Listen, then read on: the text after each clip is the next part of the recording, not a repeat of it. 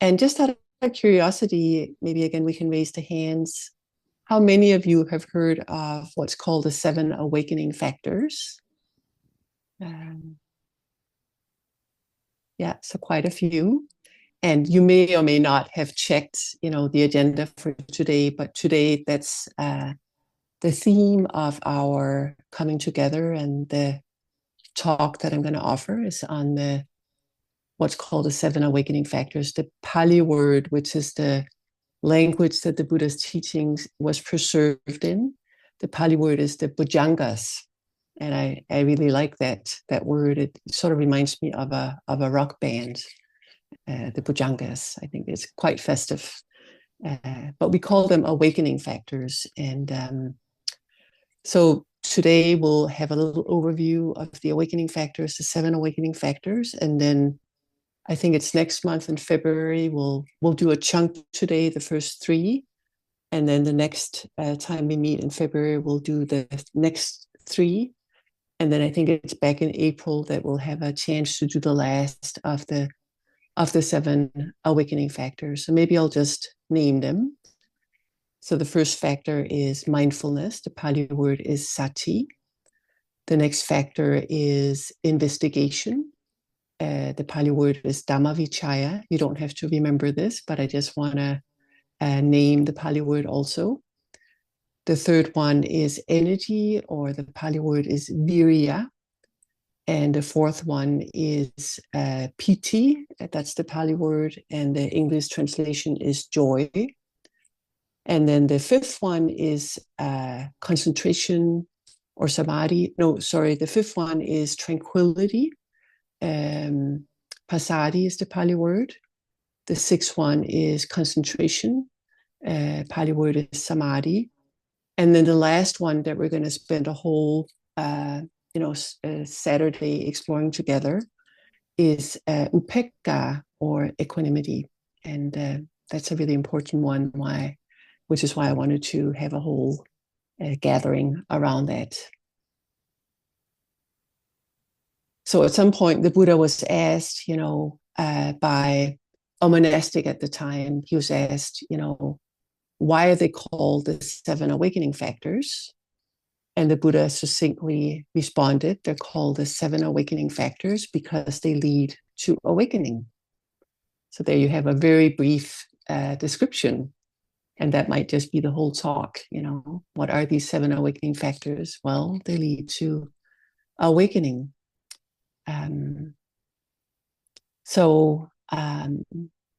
What might be really helpful for us to reflect on is that they actually do happen in type of a sequential manner. So as we start with the factor of mindfulness naturally begins to give rise to the next factor, which then gives rise to the next factor. So there's sort of a sequence to them. And that can be really comforting to know that, our biggest job is to begin with mindfulness. And then in some ways, there's a natural unfolding of the next factors quite naturally. So there's a little bit of a sequence to them. And yet once they begin to develop, they also support some of the previously developed factors. So they work sequentially, but they also mutually support one another. And mindfulness in some ways is the factor that really balances the other factors and help them really come into a balance. So they're mental factors and developed through our practice, starting with mindfulness. One could say that they are the cause of awakening, meaning that it's said that once that these factors are fully developed, they really do support the mind to see reality in a really clear way, in a way that supports the letting go of suffering, letting go of stress, and come into a place of a great freedom. But they're also the they're also the effect of awakening. So a mind that, has found a great degree of awakening, has found a great degree of freedom, is said to have matured these 7 factors, so they're there in a more ongoing way. For the rest of us, it's always a work in progress, and so over the years of our practice, they do strengthen in this sort of more sequential way. But we might also find, if we sit a retreat, that within that arc of the retreat, that they do sequentially develop and mutually support each other within a retreat setting. So maybe the more interesting question for us is to ask ourselves, what is this awakening? How do we understand it from a Buddha Dharma perspective? Because of course there are lots of maps out there describing, states of freedom and different understandings, spiritual understandings of what is this awakening, what is this freedom that we are searching for. So within a Buddha Dharma perspective, we could ask, what are we waking up to when we talk about awakening? And what we're really waking up to is to see the 2 causes of our tension, our stress, our unease, to really see that with a lot of clarity.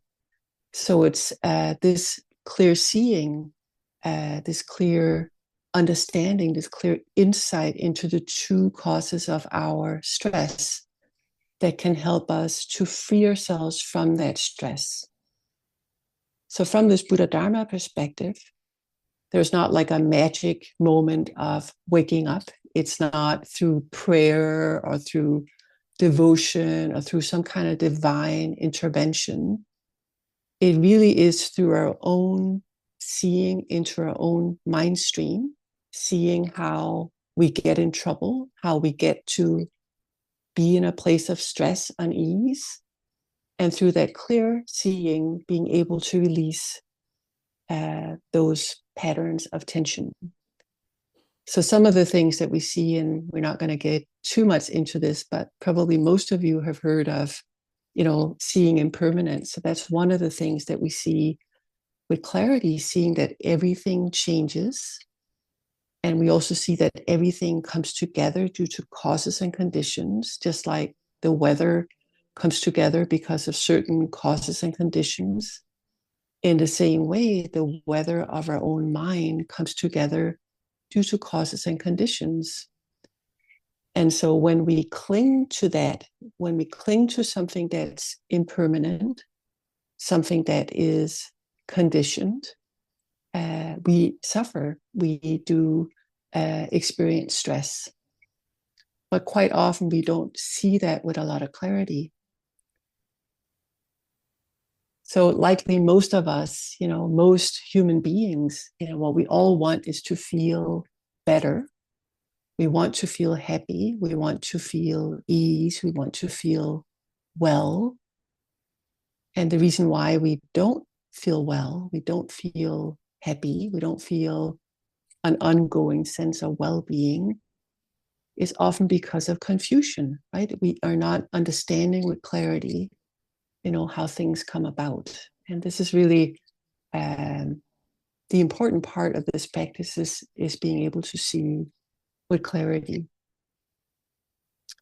So just as a reference point, probably many of you have heard of the Buddha's awakening story, but I just want to give us a short version of that because it's quite inspiring. So it's said that before the Buddha discovered this path of mindfulness, he had tried different methods at the time. He had tried, really starving his body and living a very ascetic life where he thought that he could release suffering by, in some ways, starving himself and finding freedom in that way. And that really didn't work. He did that for quite a few years. He also tried to move into these very blissful states. And he actually really got to master what's called the jhanas, which are these very blissful states, to the point where his teacher at the time said, why don't you teach our group here? Because you master them more than I do. So he was able to move into a state of deep well-being, deep bliss, as long as he wanted, and he could stay there for as long as he wanted. But at some point, the Buddha asked himself, or he had the reflection, he said, if this is supposed to be the unconditioned peace that I'm looking for, this cannot possibly be it. Because these blissful states, they arise and they pass. They come together due to certain causes and conditions. When those change, I'm no longer in this bliss. I'm back to my old mind, the same old mind that is, struggling. So even though I find this very inspiring that someone that could actually, feel so blissful as long as he wanted, that question arose in his mind, and he had enough, wisdom already and interest already to say, wait a minute, something doesn't fit here. This cannot be the everlasting freedom that I've been searching for. And with that, he decided to sit down under the Bodhi tree. And just with the power of his awareness, the power of mindfulness, he said, I'm not going to get up from this seat before I have seen with clarity how suffering comes about, how stress comes about, and how I can release this stress.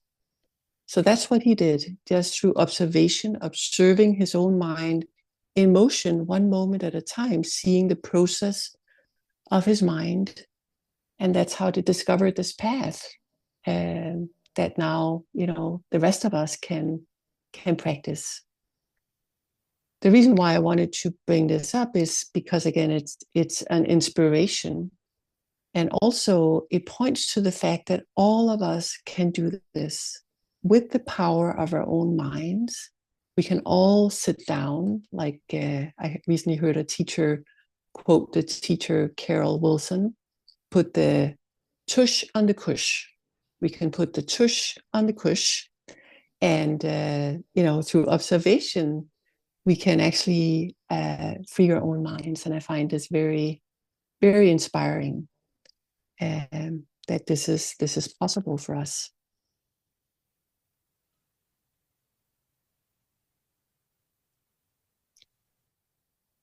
So we have these 7 factors that are developed through our mindful awareness. And it's said that the first, mindfulness balances all of them, but the next 3 factors are said to be energizing factors. They give energy to the mind. And then the next 3 factors are said to be more of the tranquilizing factors. So in some ways, with the help of mindfulness, we also learn how to balance energy and interest and investigation with calm and relaxation and equanimity. That's one of the ways that we can think about these factors.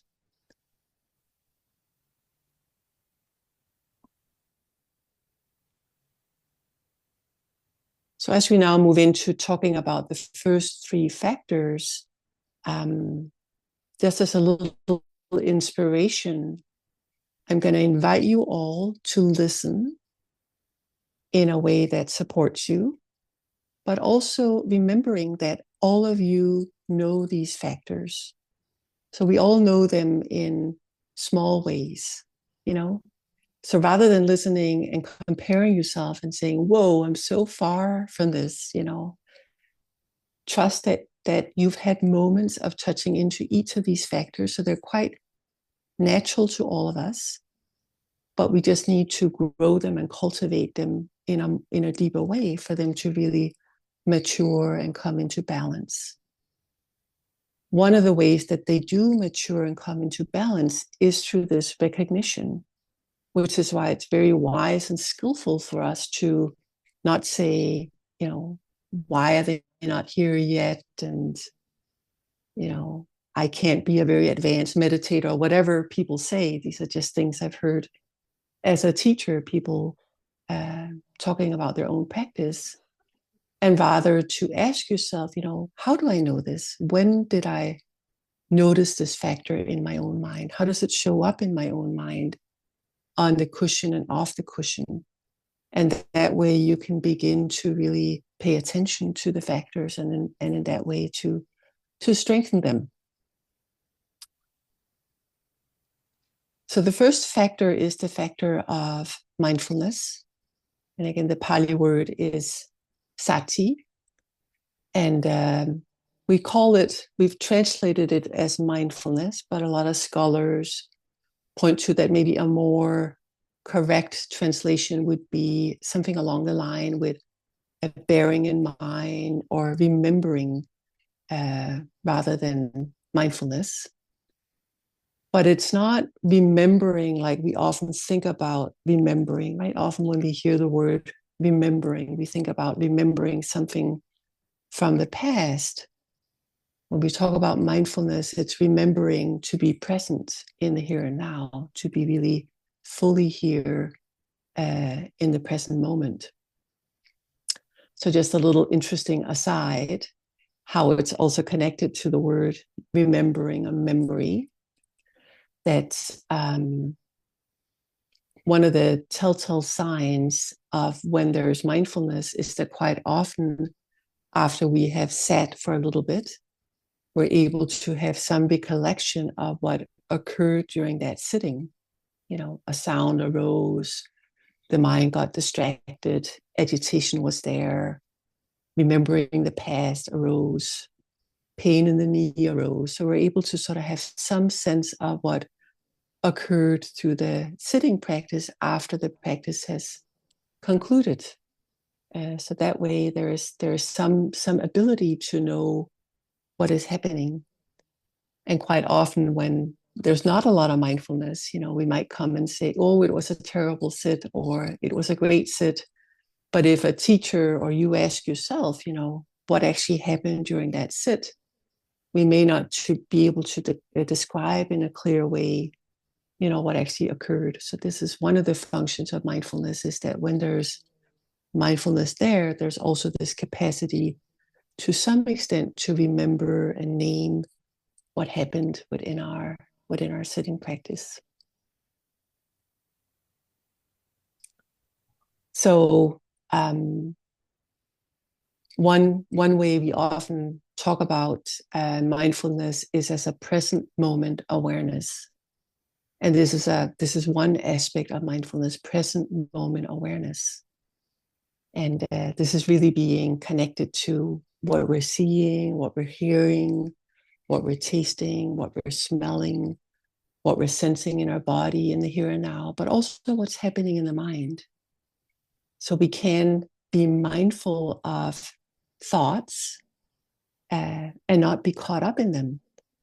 This is one ability of mindfulness, to really be here in the present moment. So you probably have all tasted into this, and also the benefit of this present moment awareness, the times when you might have been out in nature and the mind got a little quiet and you were just really there with the sights, with the sounds, with the smell, with the wind. And there can be a great sense of joy that arises from just that simple present moment experience. The mind just becoming quiet and being right there in that moment, just as it is, not looking for the next moment or thinking about the next moment. Of course, what often happens when we're out in nature and having an experience like that is that the mind quickly starts to think. We have this moment of presence and just being with that experience. And then in the next moment, the mind is like, oh, I'm going to come back here next year. This was a great moment. So how do I have more of these moments?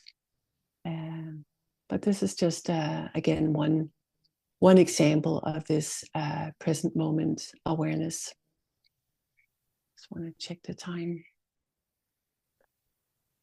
But of course, mindfulness is more than present moment awareness. And I think it was Joseph Goldstein that talked about how, for example, a black Labrador, it can be really present, but most of us might agree that a black Labrador is not necessarily very mindful, right? It's really there in the moment, in its senses, smelling, tasting, like really present.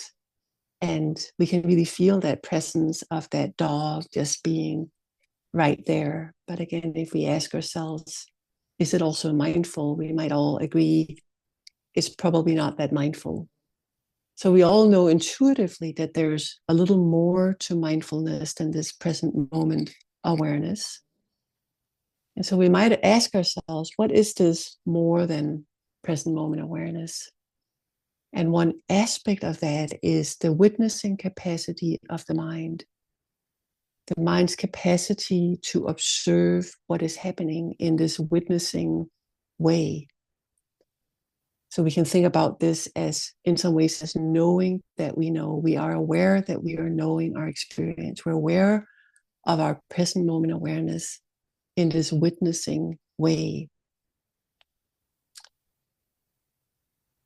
So, of course, this is not in a detached way. Sometimes when we talk about witnessing, we can feel like it's very detached, it's remote from our experience. But another translation of mindfulness that many teachers often use, and I like to use it also, is mindfulness as intimacy. And I find this really beautiful. We're right there, intimate with our moment-to-moment experience, being right there in the present moment as it's happening. And yet we are able to observe it and be aware of it in this witnessing, observational way. So I thought we could just do a little experiment just to bring it back and down into your body. So does anyone in the room have a bell, a meditation bell? Yes. Okay. So the one with the bell, in a moment, I'm going to ask that person to ring that bell. And I'm going to invite all of us to simply sort of try to relax and let the sounds come to you. So you don't have to sort of try to go out and think about the bell or catch the bell or, do anything with the bell. All you have to do is just rest back and down and let yourself receive the sounds of the bell and see if you can also track the movements of the bell.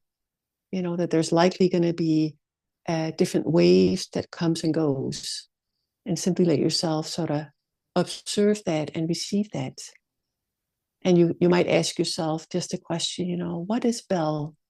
I think I know what a bell is, but what is the actual sound of the bell as we listen all together? So please go ahead and ring the bell.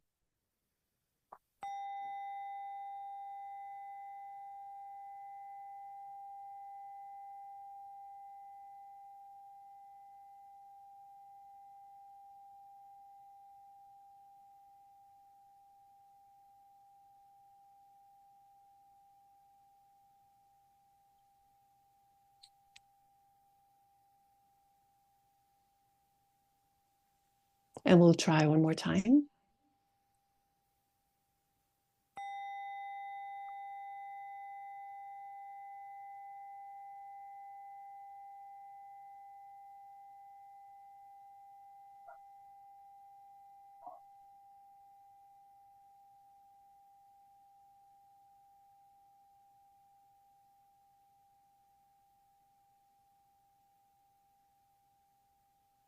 Okay, thank you. Thank you. So many of you may have tried this before or listened to a bell in this particular way. But for some of you, it may be a new experiment. And again, as we listen in, being really present with the sound of bell, not thinking about bell or waiting for the bell to finish. Again, we might discover, that we can be right there, hearing, and at the same time observing or witnessing the movement of the bell. Does that make sense? I'm trying to get a sense of that makes sense.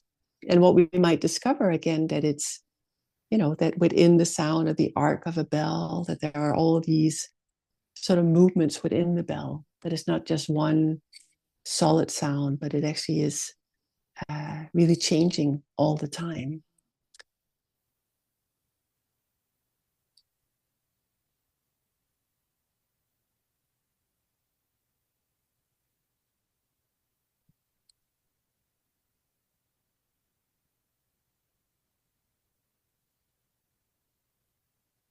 So we have this present moment awareness, being right there with our experience as it's happening in the here and now, seeing how it changes from moment to moment. And we are witnessing that at the same time, observing that in the same time. A third aspect of mindfulness that's important is that it's a type of unbiased awareness. Often we talk about it as a non-judgmental awareness. And quite often, the way we pay attention, we have some kind of fixing agenda involved with that way that we pay attention. We're looking for something so that we can get rid of the things that we don't like and keep the things that we do like. So we're not in this just more unbiased observational relationship to experience. We're paying attention in order to do something with that information. So with this type of mindfulness, we're paying attention simply to gather. We can think about it as gathering data about our experience. Just like a scientist tries not to have an agenda other than wanting to explore their objects, wanting to understand their phenomena that they're paying attention to. In the same way, that's also what we try with the mindfulness. We try to not have a preconceived idea about what we are noticing or why we are noticing. Our job is simply to notice things in the present moment, abstaining from having an opinion about, is this good or is this bad? Sleepiness is here, right? Often when we sit, the tush and the kush and sleepiness arise, right away the thought arises, oh, this is bad. I shouldn't be sleepy right now. But if we could have a mindful relationship to sleepiness, we might bring more of this curiosity to it. What is this sleepiness? Can I get to know about sleepiness in real time as it's happening? Can I gather data about this phenomena of sleepiness?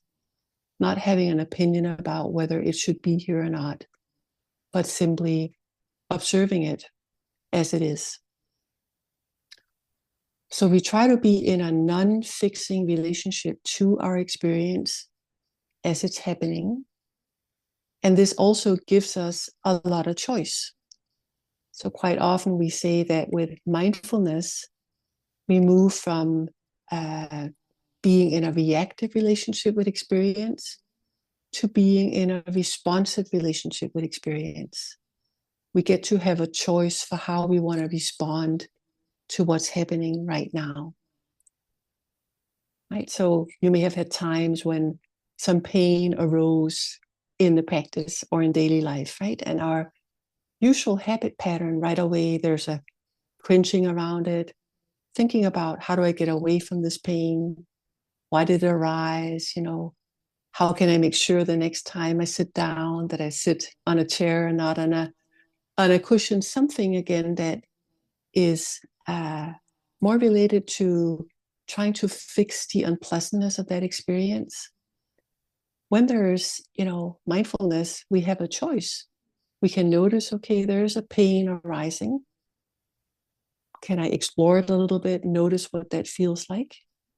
And now I have a mindful option of responding to it rather than reacting to it. So maybe the wise response is to get up and move around. But again, it's not this gut level reactivity that we often operate from. So present moment awareness, witnessing capacity, and this unbiased, not fixing type of observation.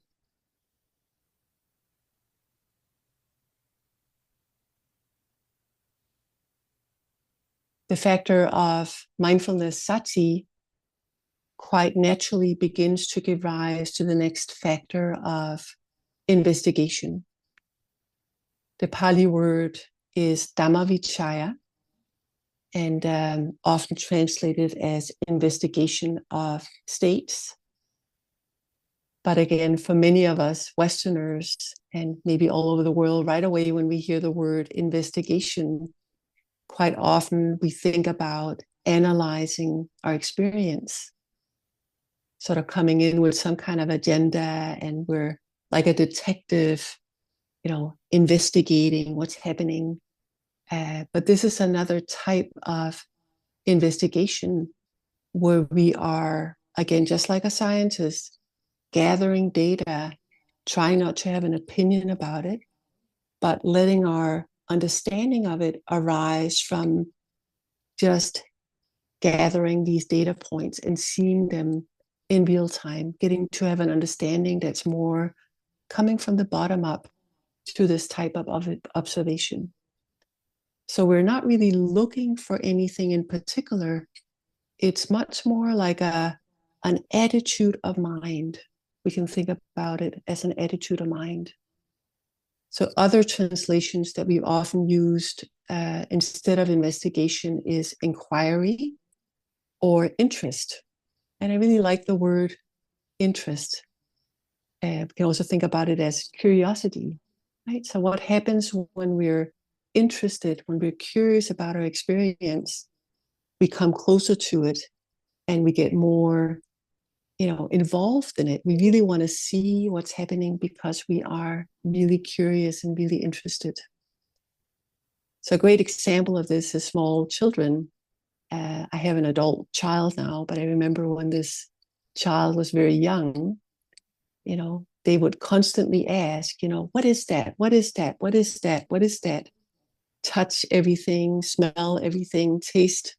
If this child could taste things, they would put it in their mouth to explore, right? And it was really just this deep curiosity in the mind to understand.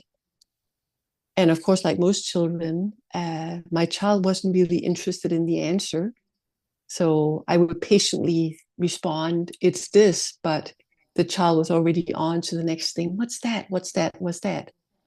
So that's that factor of interest in the mind, this endless fascination with the world and phenomena and what we can, taste and touch and sense as a factor of interest. So that's the type of, maybe not exactly like the child. We want to have steady, we want to have more tranquility also, so that we can have curiosity, but with the balance of more of this steadiness and tranquility, so that we can stay present long enough with mindfulness and interest to really see how things work, how they operate, how we can free this mind from patterns of stress. We often think that the thing we look at has to be interesting for us to be interested. But what we discover here is that the interest factor is in the mind. What we pay attention to becomes interesting. Isn't that right? Haven't you had experience that, if you've given something your full attention, it begins to lighten up for you. It begins to, come to life, and you begin to become interested in it as you pay attention. So again, for a non-meditator, and you probably had conversations with friends or family, they're like, how can you stand it? How can you sit down and just, observe your moment-to-moment experience, observe your breath? And they would just find it so boring. Like, how could that possibly be interesting. But for people who've meditated a little bit, they've had their own lived experience with this and said, well, actually, when I really give myself to this practice and I pay attention, for example, to the breath, or for example, to the sound of the bell, at some point I become really curious about it. Not because the phenomena is interesting in itself, but because the way that I pay attention to it really, again, brings curiosity to my mind. So, we ask what's happening rather than why is it happening. And most often we ask, why is this experience happening? Again, this comes from fixing, right? And with this curiosity, dhamma-vicaya, we're asking, what's happening now? What is it I call pain in my knee? What is it I call sound or bell? What is it I call sadness? What is it I call boredom? So we don't have an opinion about what we are aware of, but we want to really become curious about it, interested in it, see it in a deeper way. So many years ago, I was interested in learning how to draw, and I took a drawing class. And one of the first things that the teacher had us do was to, they had already a pencil drawing with a whole bunch of lines and shades. And what the teacher did was that they turned it upside down. So the students, we never got to see it the right way. We only got to see it upside down. And it was so detailed, and there were so many lines and shades that turned upside down, you couldn't actually see what it was supposed to be. And then the teacher gave us the assignment to now sit down and just draw the actual lines and shades of that actual drawing upside down. And all of us took up that task, and we just carefully recorded all the lines and the shades. And of course, what was really amazing was that as we turned them upside the right way, and the teacher turned, the drawing the right way, it was a person sitting in a rocking chair, and all our drawings were really, really good. They were so precise and so close to the actual drawing. And why was that? Because we had released a preconceived idea. Like if someone had told me draw someone in a rocking chair, I could not have drawn what I drew with the picture being upside down. The reason being that I didn't come in with some preconceived idea of what I was drawing. I simply stayed very focused, one moment at a time, and recorded what I could actually see with my eyes.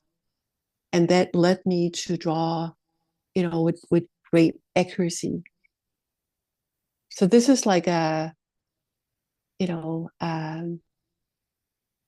just like an image for our practice. That's in some ways is what we're doing with our mindfulness practice. We're not looking for what we know already, because if we look for what we know already, what we think we know already, we won't actually discover how things actually are. We won't actually discover the actual patterns of mind, how things actually comes about and how things actually dissolves. But as we pay attention in this, interested way, without preconceived ideas, we'll be able to see reality with much greater depth and much greater accuracy. But it takes time, and it takes patience, and it takes humility, right? Being willing to be a beginner. So the teacher Susugi Roshi said, in the beginner's mind, there are many possibilities, but in the expert's minds, there are few. Right? So we have to, in some ways, to allow ourselves to have this beginner's mind and see things afresh as we practice mindfulness.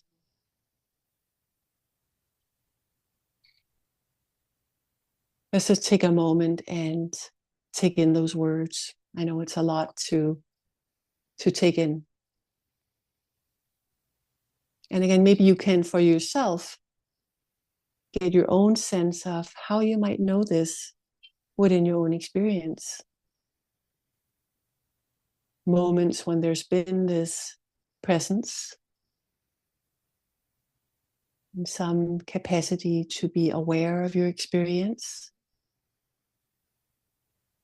And when you've had this, deep interest or curiosity in what was happening, the sense of discovery.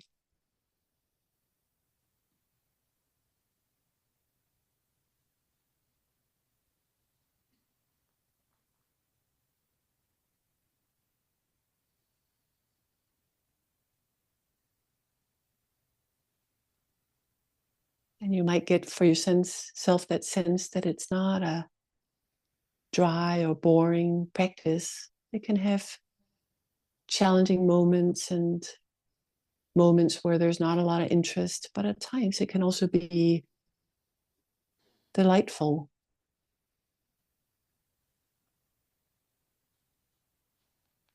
To come really close with your moment experience and being really interested in it as it's happening.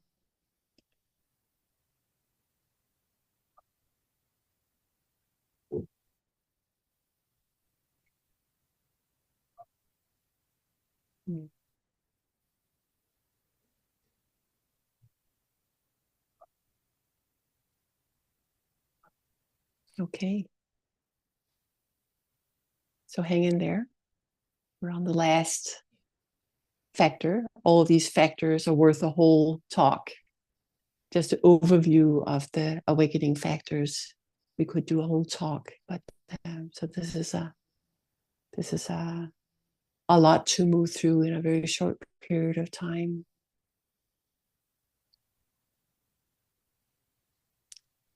The factor of energy, or the factor of investigation or inquiry, quite naturally begins to give rise to this factor of energy. The Pali word is viriya, and you might again, in your own experience, intuit that.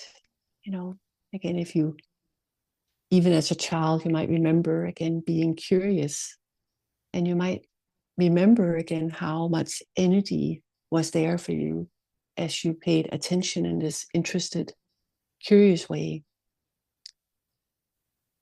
So the word viriya, this Pali word viriya, does have some connection to the words virility, vigor, or vitality, which again can begin to give us some of the flavors of this factor of energy. So it's more than energy. There's maybe some type of heroic effort or vitality that we can feel alongside with the energy. So I'm going to talk about 3 different ways to look at energy. And the first way is just to think about it as energy, as an energizing factor in the body and in the mind that often can happen, off the cushion and on the cushion as we pay attention in this way. And a way that you may know this, all of you, is when you've had a hobby that you were really engaged in.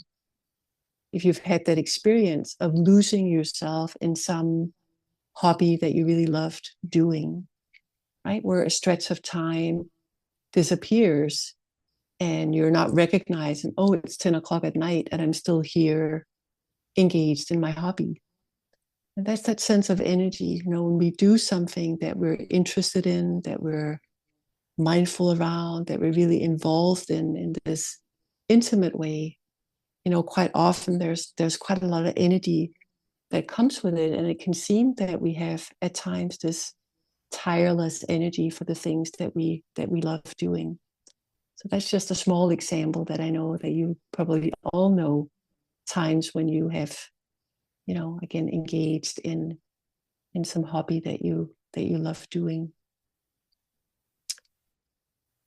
The next factor is or the next way to think about energy is as the factor courage, as an emotional courage. So actually through this practice, we build the capacity to meet even the very difficult moments with this courageous effort, this courageous energy. And it's often said that that sometimes the challenges that we meet in the practice is what gives rise to the courage. So again, often we think that we have to have the courage to meet the difficulty, and maybe there's some truth to that. But if you can think about in your own life, when you've moved through something really difficult, and there's been some capacity at times to meet those moments, you might have felt like a sense of inner courage, being able to face the difficult emotions, the difficult experiences, and you may have felt again this sense of emotional courage to meet what's here. And of course, with this practice of mindfulness, there's going to be many difficult moments that we're going to meet, and we're going to be, right there with them, on the cushion and off the cushion, and when there's enough, again, mindfulness and interest in the mind, then quite often we begin to find that, those moments are not moments to avoid. We are not trying to make them happen, but when they arise, we have enough capacity to meet, those painful moments. And once we've moved through, we can feel a sense of uprightness or a sense of courage, having done that. The third way to think about energy of viriya is as determination, a type of deep determination to keep engaging with the path of mindfulness. And often when we hear the word determination, we think about being determined to get somewhere in the future, or to get toward some goal, or to attain something out there away from us. But with this factor of determination, it's much more determination to come right into the present moment. Because in some ways the mind understands, that that's the way that leads forward, is not trying to get something out there, but is to bring, the determination to stay current with what's arising from moment to moment, right there. So the image I often like to use, although I've never actually served in my whole life, but I feel like I have a sense of what that would mean. But if we imagine being either a snowboarder or someone on a surfboard, we would have to be really present right there in our feet, really connected to the moment to moment experience, really feeling the movements of the board as it's connected to the waves, or the movement underneath the board. Because if we start thinking about, I want to get over there, we're going to fall off that board. We're going to lose our balance. So in the same way, it's a determination to stay connected, present here with what's happening, the waves of our practice, what's happening now. Are we really going to, again, lose our balance? So as a type of energy that we all know from a hobby, as a type of emotional courage to meet even the difficult moments, and as a type of determination to try to stay present with what's happening from moment to moment.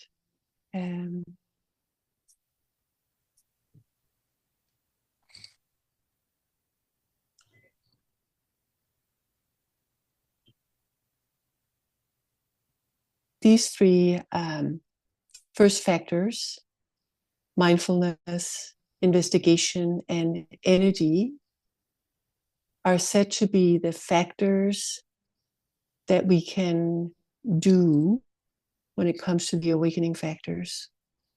These are the factors where we have more say over them. We can more actively cultivate them. We can intend to cultivate mindfulness. We can intend to cultivate an interested connection to our present moment experience. And we can intend to try to bring energy to our practice. The next factors that we're going to talk about the next times are said to be resulting from those first three factors. Those factors naturally evolve out of the first three factors. We cannot will them. We cannot make them happen. There's nothing we can concretely do in our practice other than noticing them when they arise, recognizing them, that can make them happen. So in some ways we can think about these first three factors as the motor of awakening. These are the things that we can sort of kickstart or put in motion, and then the rest sort of begins to unfold on its own. So with mindfulness and curiosity, we can do our best, and it's not going to be perfect, right? It's a practice. It's something we're, patiently, kindly trying to cultivate. And we're going to have many when we're not mindful, but it's a cultivation. It's a practice. We can, invite our minds to, be interested in our present experience. Can I be interested in what's happening? Can I think of myself as a scientist gathering data, not trying right now to do anything about that data, but trusting that just that gathering of data will make all the data points at some point line up, and that will give me the full picture and help me really understand my mind so that I can feel more at ease, I can feel more happy, I can feel more free. And then with this factor of energy, we can think about what inspires me, and we can feel inspiration as a type of energy, right? When we feel inspired, often there's a natural sense of energy that arises, and there are two ways to cultivate energy, that I want to talk about. One is through spiritual urgency, or what's called samvega. And it really is the sense, of being aware that this life is precious, time is short, and we get to have this opportunity to engage in this practice. And so we feel a sense of inspiration and a sense of urgency. Again, not urgency to quickly get somewhere, but a sense of urgency to really wake up to how it is moment to moment to moment. I want to be here. While I'm here, I don't want to move through life sleeping or, in some kind of fantasy. I would like to really be here, enjoying the fruits of present moment. There's lots of fruits that comes from just the presence. We'll feel a sense of well-being right away just from presence, but also the fruits of, again, understanding the patterning of mind and seeing for ourselves how it all comes together. Another thing that gives rise to inspiration is faith, having faith in ourselves, in the path. And again, what I love about this particular path is that we're not having faith in some God or some deity. That can be helpful also, but we're having faith in the logical unfolding of the path. So one image we can think about, it's like we're planting seeds in a garden, and there's a logic to that. When we plant seeds, when we water the garden, when we take care of the weeds, at some point those seeds are going to give rise to fruits. There is no doubt about it. At some point there'll be fruition coming out of planting seeds. And that's very comforting, right? That we don't have to be special. We don't even have to do anything special. It's it's it's a natural unfolding of our willingness to learn how to observe in this way, that it will lead to understanding that are liberating for us. So faith in the logical unfolding. And what's great is that we don't even have to believe that. The Buddha often said, "Ehipassiko," come and see for yourself. So all we have to do is say, yeah, I've heard about this path, and Queen's really excited about it. Other people seem really excited about it, but I don't know. But then we can say, let me check it out. Let me check it out and see, does it actually work the way that others are pointing to? And that way we get to verify for ourselves. And if it doesn't work, you can just say, not for me. This is not, something I'm interested in. Now, when that's said, everybody here today have seen something with your own eyes, or you wouldn't be here, right? So there's something, again, that inspires you to come, something that you have witnessed or seen or experienced that brings you out on a Saturday morning, right? There's many other things you could do with a Saturday morning.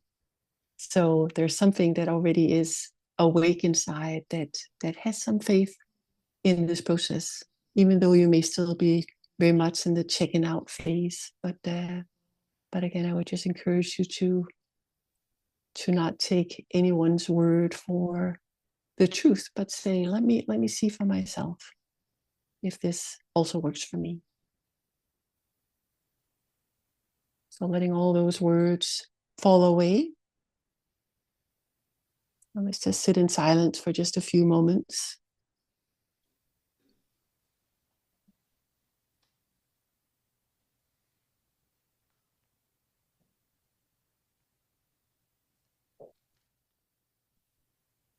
No need to hold on to any of these words.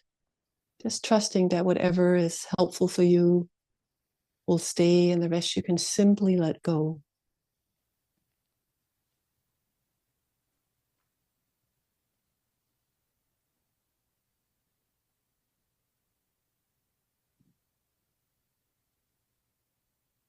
And then we might just take a moment to check in with yourself in this moment with this interested, open-ended curiosity. Not judging, not fixing, but simply being interested in what's happening right now. How's the body? How's the mind? What am I aware of right now in this moment?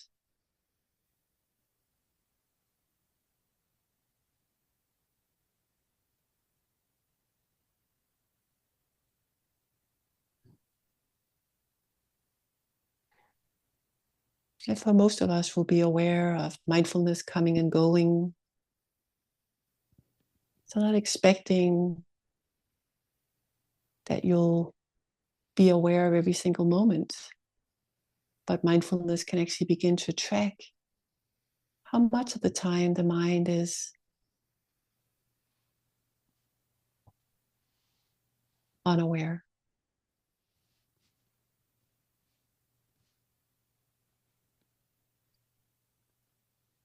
And whenever mindfulness returns, we can take a moment to celebrate that. Aware again, right here, right now. What's happening right now? Oh, breath is here, sound is here, body is here, thinking is here, boredom is here. Simply gathering data about your experience, bringing this beginner's mind to your experience.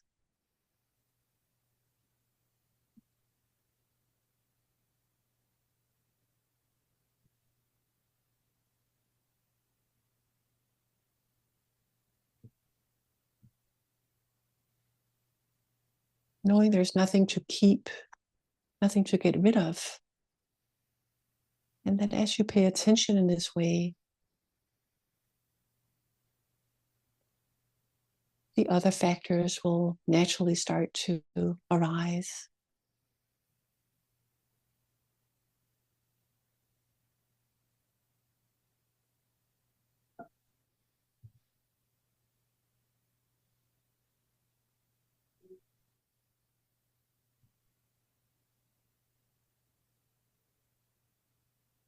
As we sit here, you might find it helpful to find some base camp or anchor of your awareness that you can return to.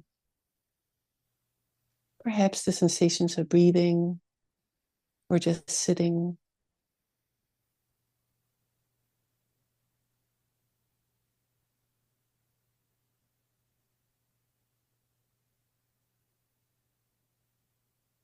Opening with interest to the experience of breathing, sitting,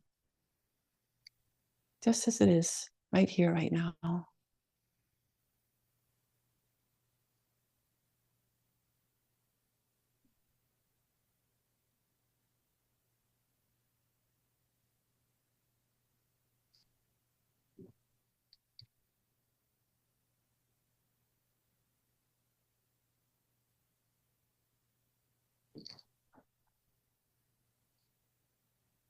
And for yourself, becoming aware of what inspires you. What are you interested in? What gives you some faith in this practice of mindfulness and in your own capacity to practice? Taking a moment to name that for yourself. What brought you here? What keeps you going, even when you don't want to, even when it's boring?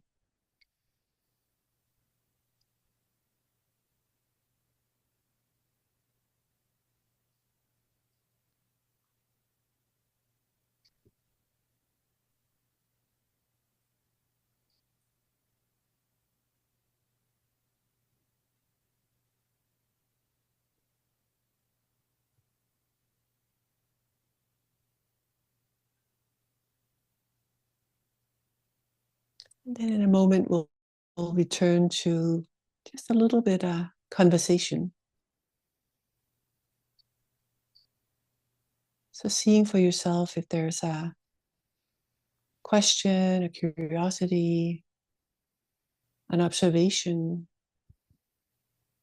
that arises in your mind right now. Seeing if you can let it arise in this bottom-up way, just as you're asking yourself that question. What am I curious about?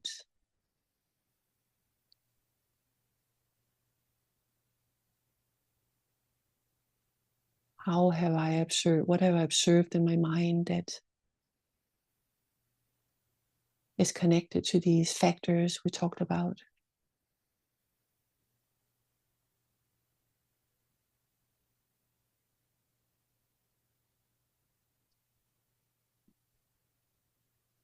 And then slowly we'll let that reflection go and come back to just a little bit of conversation.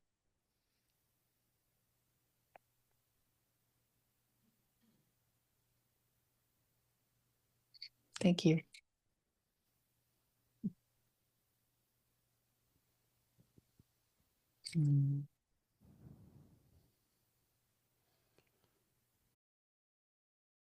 Take good care, everybody. It was really sweet to be here with all of you. And yeah, I look forward to at least seeing some of you maybe next month. Okay? Be well. Take care. Bye.